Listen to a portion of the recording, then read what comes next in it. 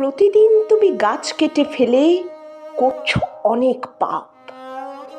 তোমার পাপেই বেড়ে গেছে আজ পৃথিবীর উত্তাপ।